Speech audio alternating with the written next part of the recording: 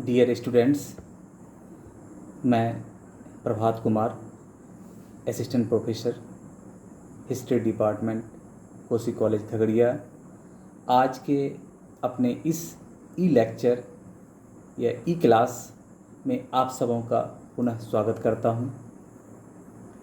आज का मेरा यह e lecture history BA part 1 honours एवं सब्सिडरी दोनों के स्टूडेंट्स को समर्पित है। आज हम लोग जिस टॉपिक को समझेंगे वह है प्राचीन भारतीय इतिहास के विभिन्न स्रोत, या यूँ कह लें प्राचीन भारतीय इतिहास के अध्ययन के विभिन्न स्रोत अथवा प्राचीन भारतीय इतिहास के स्रोत का सर्वेक्षण। तो ये कुछ इस तरह से परीक्षा में भी प्रश्न पूछे जा सकते हैं। इसी को आज हम लोग समझते हैं। इस टॉपिक के तहत सबसे पहले यह जानते हैं कि आखिर इतिहास क्या है और उसके अध्ययन की क्या आवश्यकता है, तथा उसके बाद फिर जानेंगे कि प्राचीन भारतीय इतिहास के अध्ययन के स्रोत यानी सोर्सेज क्या क्या हैं। साधारण शब्दों में इतिहास को डिफाइन करें तो हम कह सकते हैं कि भूतकाल में जो घटनाएं घट चुकी हैं या ऐसी घटनाएं जो बीत चुकी हैं उसे ही इतिहास कहा जाता है। अब समझते हैं कि इतिहास के अध्ययन की आखिर आवश्यकता क्या है। दरअसल इतिहास अर्थात अतीत की घटनाओं से हमें कई तथ्यों की जानकारी मिलती है, जैसे चाहे वह किसी देश का समाज हो, उसका विज्ञान या उसकी चिकित्सा पद्धति हो, उसका प्रशासन हो, उसकी अर्थव्यवस्था हो, उसकी भौगोलिक स्थिति हो, या फिर उसके अन्य देशों के साथ अंतर्राष्ट्रीय संबंध की बात हो। इन सभी की जानकारी हमें इतिहास से ही मिलती है। इसलिए इतिहास का अध्ययन आवश्यक है और इसलिए हमें इतिहास के अध्ययन की आवश्यकता होती है। कहने का मतलब यह है कि इस तरह इतिहास के अंतर्गत कई सारे विषय समाहित हो जाते हैं। जैसे यहाँ थोड़ा समझते हैं, यदि इतिहास के अंतर्गत समाज की बात होती है तो वो समाजशास्त्र को इंगित करता है। इसी तरह यदि इसके अंतर्गत विज्ञान या चिकित्सा की बात होती है तो यह विज्ञान शास्त्र को इंगित करता है। प्रशासन एवं अंतर्राष्ट्रीय संबंध की बात हो तो यह राजनीति शास्त्र को इंगित करता है। भौगोलिक स्थिति के बारे में बात हो तो भूगोल शास्त्र एवं अर्थव्यवस्था की बात हो तो ये अर्थशास्त्र को इंगित करता है।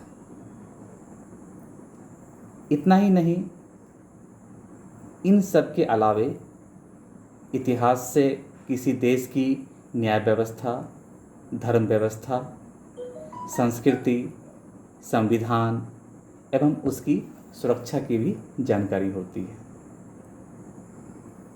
इस तरह यदि मोटे तौर पे कहें तो इतिहास विषय के बारे में कहा जा सकता है कि history is the mother of all subjects, यानी इतिहास सभी विषयों की जननी है।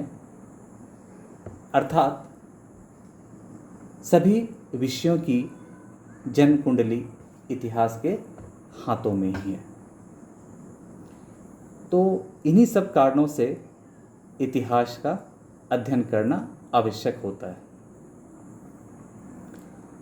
तो यहाँ तक हम लोगों ने समझा कि इतिहास क्या है और इसके अध्ययन की क्या आवश्यकता है। इसी संदर्भ में अब हम अपने प्राचीन भारतीय इतिहास में प्रचलित व्यवस्थाओं को समझने का प्रयास करते हैं। साथ ही यह भी जानने का प्रयास करते हैं कि उन व्यवस्थाओं को जानने के कौन कौन से स्रोत हमारे पास उपलब्ध हैं। दरअसल हमारा भारतवर्ष एक काफ़ी प्राचीनतम देश रहा है तथा इस देश में भी मानव जीवन की लंबी कहानी घटित हुई है। लेकिन हमारे प्राचीन भारत के इतिहास में हेरोडोटस जैसा कोई प्राचीनतम इतिहासकार नहीं रहा है जिसके उपलब्ध ग्रंथ के आधार पर प्राचीन भारत के इतिहास को जाना जा सके। यहाँ अभी मैंने हेरोडोटस की बात की, इनके बारे में थोड़ा मैं आपको बता दूं कि हेरोडोटस विदेशी इतिहासकार थे जिन्हें फादर ऑफ हिस्ट्री यानी इतिहास का जनक कहा जाता है तथा इनकी पुस्तक का नाम है हिस्ट्री। चूँकि प्राचीन भारत के इतिहास में इतिहास लेखन का कोई साक्ष्य नहीं मिलता है, इसलिए विदेशी इतिहासकारों ने यहाँ तक कह दिया है कि प्राचीन काल के भारतीयों में इतिहास लेखन की कोई रुचि ही नहीं थी। लेकिन वास्तविक में ऐसा था नहीं। यह सही है कि प्राचीन भारत में किसी ऐसे ग्रंथ की रचना नहीं हुई है या नहीं हुई थी जिसे पूर्ण रूप से इतिहास ग्रंथ की संज्ञा दी जा सके। शायद इसका कारण यह था कि प्राचीन काल में लोगों को ऐतिहासिक घटनाओं को लिखने के स्थान पर कंठस्थ करने का शौक रहा होगा। लेकिन धीरे धीरे बाद में तत्कालीन समाज की बातों को लिखने का प्रचलन भी बढ़ा, जिसके साक्ष्य हमें बाद के कालों में देखने को मिलते हैं।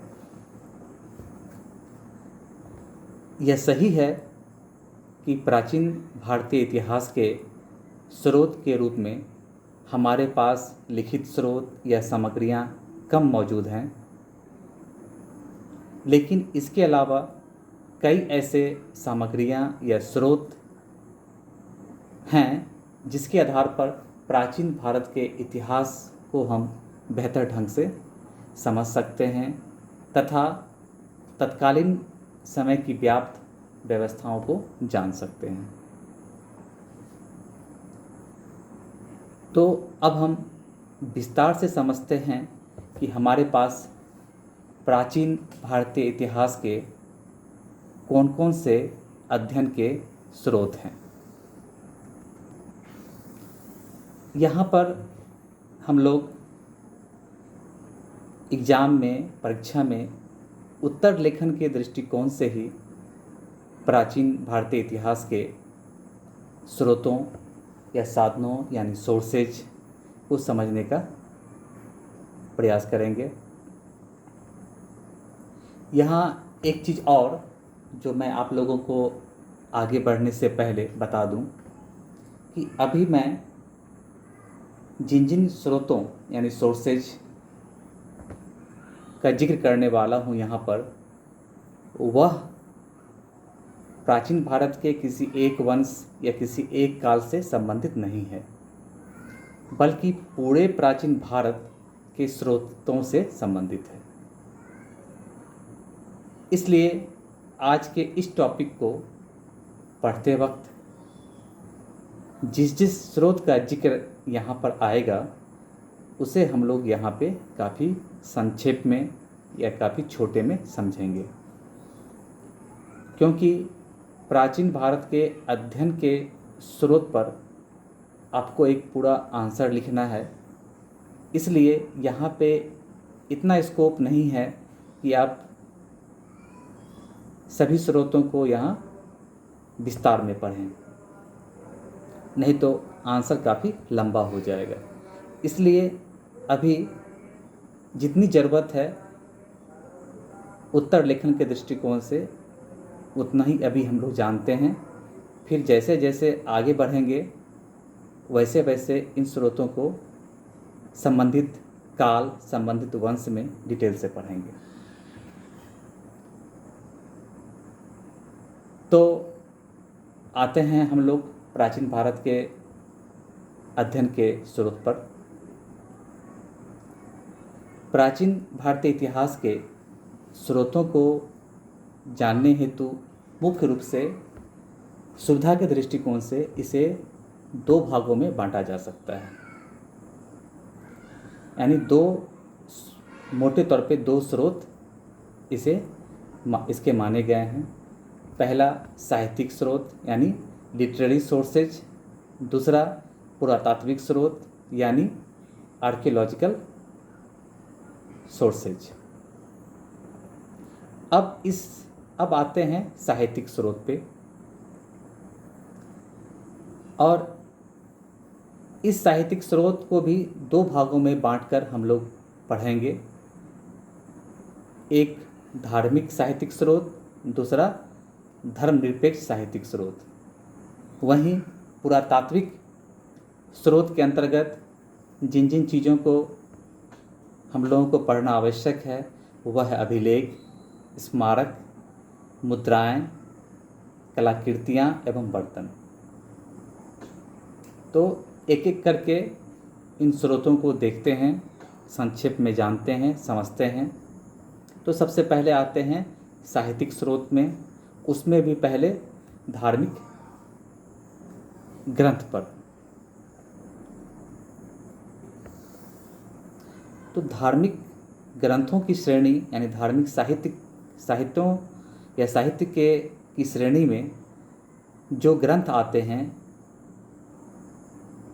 उनके बारे में ऐसा कहा जा सकता है कि ऐसे ग्रंथ जो किसी धर्म विशेष से प्रभावित होते हैं उसे धार्मिक ग्रंथ कहा जाता है। इन ग्रंथों से तत्कालीन सामाजिक, धार्मिक एवं राजनीतिक स्थिति पर प्रकाश पड़ता है।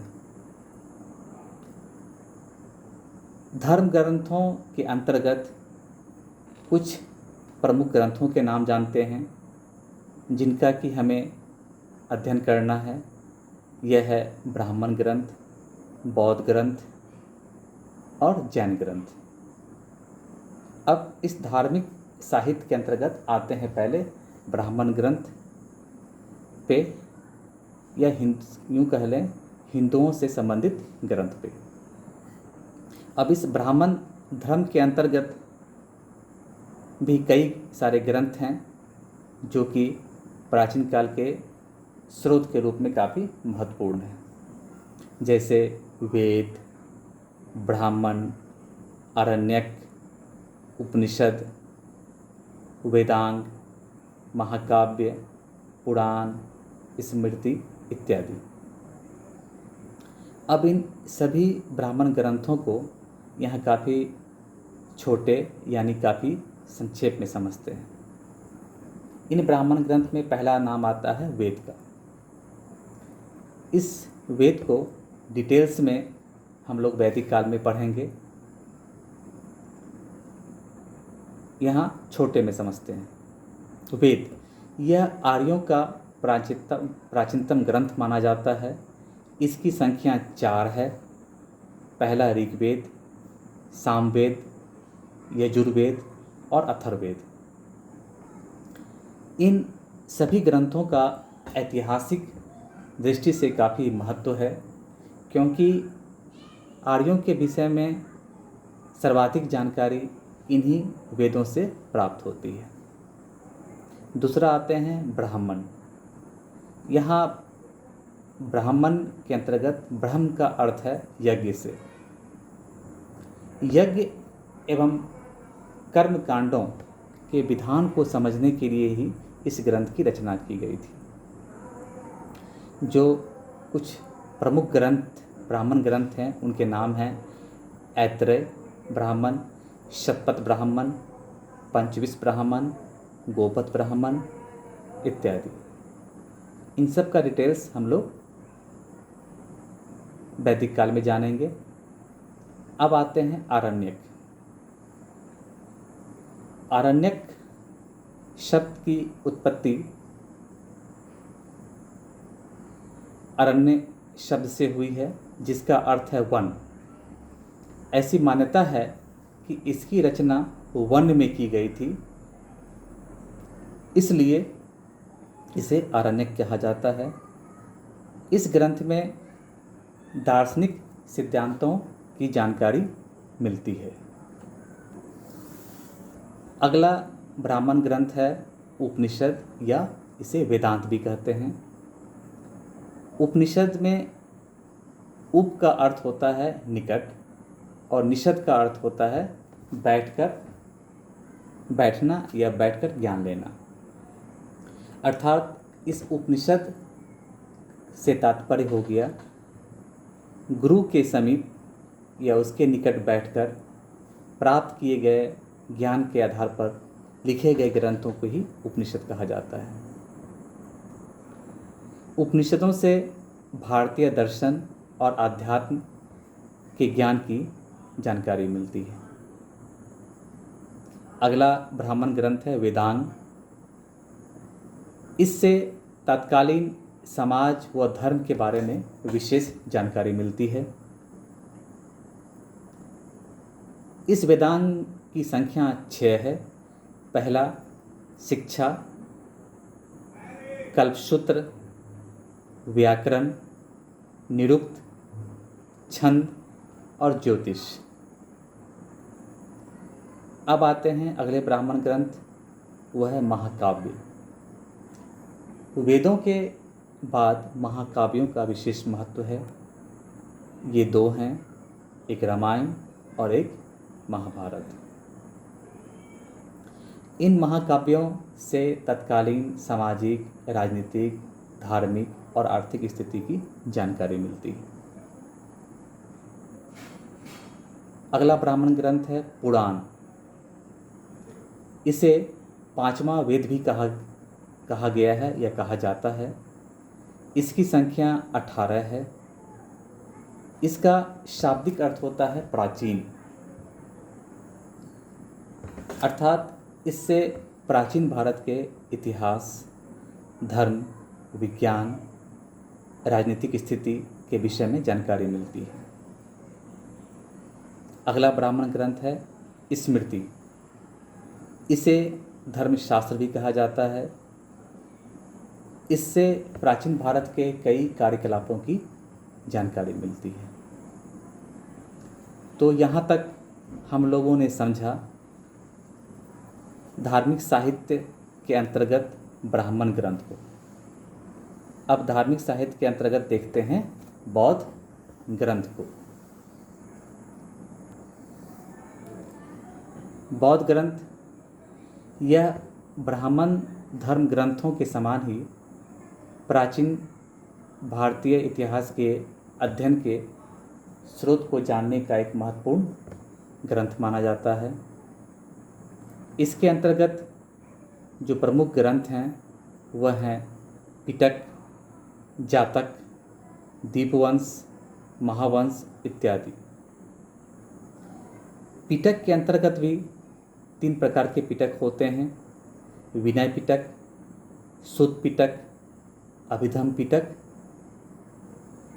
यहाँ पर विनय पिटक जो ग्रंथ है उससे तत्कालीन समाज के अंतर्गत मठ में रहने वाले जो भिक्षु होते थे उनके लिए निर्देशों का वर्णन है।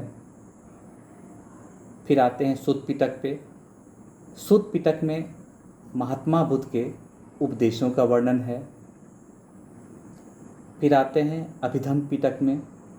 अभिधम्म पिटक में बुद्ध के उपदेशों की दार्शनिक व्याख्या की गई। जो अन्य ग्रंथ था जातक, जातक से महात्मा बुद्ध के पूर्व के जन्मों की जानकारी मिलती है। तो इन सभी बौद्ध ग्रंथों से भी प्राचीन भारतीय इतिहास को समझा गया है। जो अगला धार्मिक ग्रंथ है वो है जैन ग्रंथ। यह ग्रंथ भी धार्मिक श्रेणी में आता है, लेकिन धार्मिक ग्रंथ की श्रेणी में रहते हुए भी यह ऐतिहासिक दृष्टि से भी काफ़ी महत्वपूर्ण ग्रंथ माना जाता है। इस ग्रंथ से तत्कालीन भारत के राजतंत्रों एवं गणतंत्रों पर प्रकाश पड़ता है। कुछ प्रमुख जैन ग्रंथों के नाम हैं भद्रबाहु चरित्र, परिशिष्ट पर्वन इत्यादि। तो साहित्यिक स्रोत के अंतर्गत जो धार्मिक ग्रंथ थे उसमें हम लोगों ने जाना ब्राह्मण ग्रंथ, बौद्ध ग्रंथ और जैन ग्रंथ को। अब उसी साहित्यिक स्रोत के अंतर्गत जो दूसरा पहलू था वो था धर्मनिरपेक्ष ग्रंथ, उसको समझते हैं। दरअसल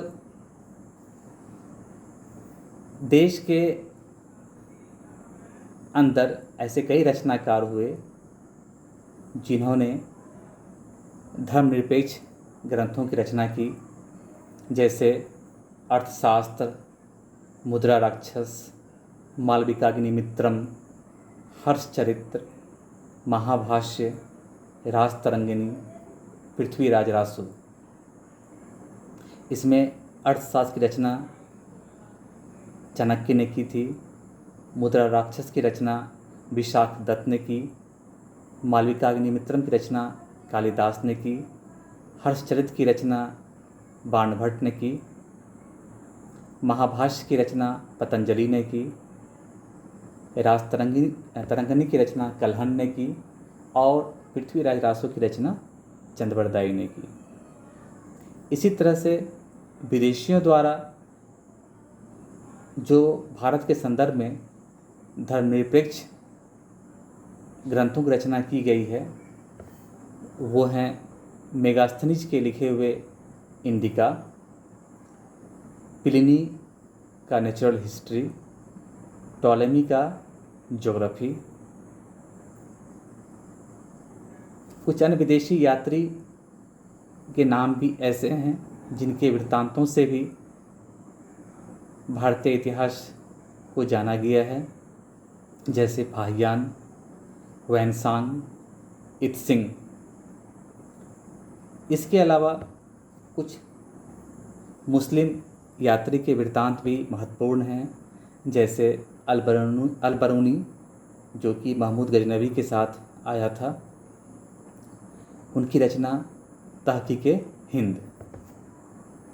तो इन सभी धर्मनिरपेक्ष साहित्य या ग्रंथ के आधार पर भी प्राचीन भारतीय इतिहास को बेहतर ढंग से समझा जा सकता है।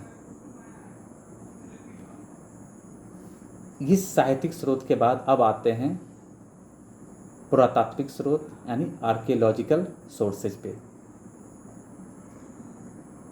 साहित्यिक स्रोत की तुलना में पुरातात्विक स्रोत ज़्यादा प्रामाणिक माने जाते हैं, क्योंकि उसमें कवि या लेखक की कल्पना शक्ति नहीं होती है। उत्खनन से प्राप्त जो स्रोत होते हैं दरअसल उन्हें ही प्राथमिक स्रोत कहा गया है, जैसे अभिलेख, स्मारक, मुद्राएं, कलाकृतियाँ एवं बर्तन। पहले आते हैं अभिलेख पर। प्राचीन भारतीय इतिहास पर प्रकाश डालने वाले जितने भी स्रोत हैं, यानी जितने भी पुरातात्विक स्रोत हैं उसमें अभिलेख का काफ़ी महत्व है और ये काफ़ी प्रामाणिक भी माने गए हैं, क्योंकि ये अभिलेख किसी न किसी शासक वर्ग के समकालीन होते हैं। अर्थात कहने का मतलब यह है कि जिस राजा अथवा राज्य के विषय में अभिलेखों पर लिखा होता है, अभिलेख की रचना उसी राजा के शासनकाल में संभवतः की गई होती है। अतः उस समय के तथ्य की सत्यता की अधिक संभावना होती है और वो ज़्यादा प्रामाणिक माने जाते हैं। इन अभिलेखों से तत्कालीन सामाजिक, राजनीतिक एवं धार्मिक स्थिति के बारे में जानकारी मिलती है। साथ ही साथ किसी राजवंश के राज्य की सीमाओं के निर्धारण, राजाओं का चरित्र कैसा था, उसका व्यक्तित्व कैसा था, इन सबों के बारे में भी जानकारी मिलती है। अभिलेख कई प्रकार के हो सकते हैं। कुछ अभिलेख शिलाओं पे लिखे होते हैं, कुछ स्तंभों पे लिखे होते हैं, कुछ धातु पत्रों पे लिखे होते हैं, प्रस्तर पट्टों पे लिखे होते हैं, स्तूपों पे लिखे होते हैं, मंदिरों पे लिखे होते हैं, इत्यादि इत्यादि। यही अभिलेख अगर शिलाओं पे लिखे होते हैं तो इसे शिलालेख कहा जाता है। यही अभिलेख अगर स्तंभों पे लिखे होते हैं तो स्तंभ लेख कहा जाता है। इसी तरह से अभिलेख को समझना है। प्राचीन भारत में जो भी अभिलेख मिले हैं वे सभी प्राचीन भारत के शासकों के कालों से संबंधित रहे हैं।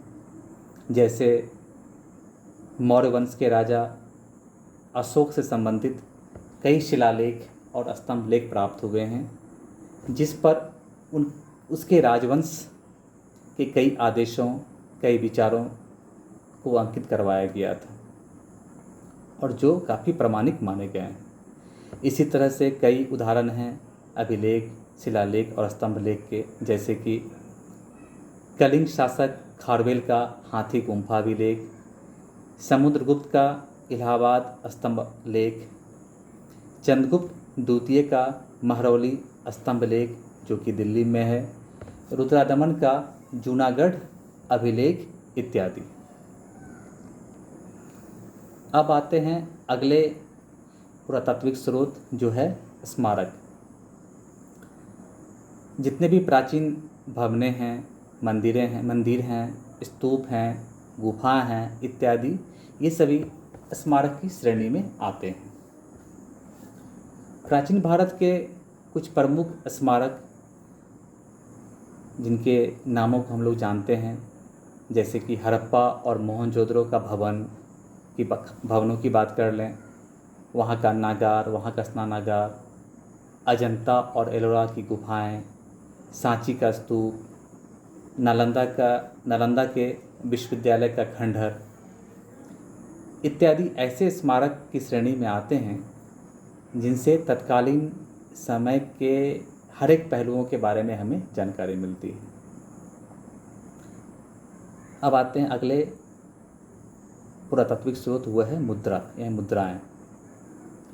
इन मुद्राओं का पुरातात्विक स्रोत के अंतर्गत काफ़ी विशिष्ट स्थान है, क्योंकि मुद्राओं से तत्कालीन राजनीतिक, सामाजिक, आर्थिक स्थितियों की जानकारी मिलती है। प्राचीन भारत की जो भी मुद्राएं मिली हैं वो या तो स्वर्ण धातु की थी, यानी सोने की थे बने हुए, या फिर चांदी के हुआ करते थे, या फिर तांबे के हुआ करते थे। कहने का मतलब यह है कि मुद्राओं की इन धातुओं के आधार पे तत्कालीन शासकों की आर्थिक स्थिति के बारे में जानकारी मिलती है, उसका अंदाज़ा लगाया जा सकता है। इन मुद्राओं का और भी महत्व है, जैसे इन मुद्राओं पे तिथि क्रम अंकित रहता था। इससे यह जानकारी मिलती थी कि यह मुद्रा किस समय का है और उस समय किस राजा का शासन रहा करता होगा। तो ये भी काफ़ी प्रामाणिक बातें हैं। अगला है कि सिक्कों पर कभी कभी शासकों के चित्र भी अंकित होते थे या किसी भी पशु पक्षी, कोई संगीत से संबंधित वाद्य यंत्र का उस पे अंकन होता था। उससे तत्कालीन राजाओं की रुचियों की जानकारी मिलती थी। जैसे कि समुद्रगुप्त के द्वारा जो मुद्रा चलाई गई थी उस पर एक किसी मुद्रा पे उसे वीणा बजाते हुए दिखाया गया है। तो यहाँ पे समुद्रगुप्त की रुचि का अंदाज़ा लगता है, रुचि का पता चलता है, और साथ ही साथ उस समय वीणा वाद्य यंत्र भी प्रयोग में था, इसकी भी जानकारी मिलती है। इसके अलावा मुद्राओं से साम्राज्य की सीमाओं के बारे में पता चलता है। यहाँ साम्राज्य की सीमाओं के बारे में जो पता चलने की बात की जा रही है, इसका मतलब क्या है यह समझते हैं। जैसे इसको ऐसे समझ लें, यदि किसी शासक की एक ही स्थान पर काफ़ी संख्या में अगर मुद्राएं मिल जाती है तो इससे यह स्पष्ट हो जाता है कि वह स्थान विशेष उस शासक के साम्राज्य का अंग रहा होगा, एक अंदाज़ा है। लेकिन जहाँ उस शासक की मुद्राएं कम मिल रही हैं जिस क्षेत्र से, उससे क्या अंदाज़ा लगाया जा सकता है? उससे 2-3 बातों का अंदाज़ा लगता है। या तो वह स्थान उस शासक के साम्राज्य का नहीं रहा होगा, उससे दूर रहा होगा, या फिर वह उसका पड़ोसी राज्य होगा, या फिर उस क्षेत्र से उस शासक के व्यापारिक संबंध रहे होंगे। तो इस तरह से सिक्कों के बहुतायत संख्या में किसी क्षेत्र में पाए जाने और किसी क्षेत्र में कम पाए जाने के भी अपने अपने इशारे हैं, और उससे इस जानकारी मिलती है। सिक्कों से, मुद्राओं से विदेशों से क्या संबंध रहा है, यह भी जानकारी मिलती है कि विदेशों के साथ कैसा व्यापार रहा है। अब आते हैं अगले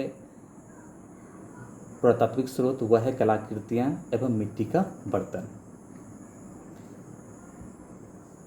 इससे भी तत्कालीन समाज के लोक कला, धर्म एवं सामाजिक स्थितियों की जानकारी मिलती है। अतः इस प्रकार निष्कर्ष के तौर पर कहा जा सकता है कि प्राचीन भारतीय इतिहास को जानने के लिए स्रोतों यानी सोर्सेज का अभाव नहीं रहा है, जैसा कि विदेशी कुछ इतिहासकार ये आरोप लगाते रहे हैं। बल्कि जो भी उपलब्ध साहित्यिक और पुरातात्विक स्रोत है, उसके आधार पे हम प्राचीन भारतीय इतिहास को बेहतर ढंग से समझ सकते हैं, जान सकते हैं। तो इस प्रकार हम लोगों ने आज के इस वीडियो के माध्यम से प्राचीन भारतीय इतिहास के जो विभिन्न स्रोत हैं, विभिन्न सोर्सेस हैं, उनको समझने का प्रयास किया है। अगले लेक्चर में पुनः एक टॉपिक के साथ मिलते हैं। तब तक के लिए धन्यवाद।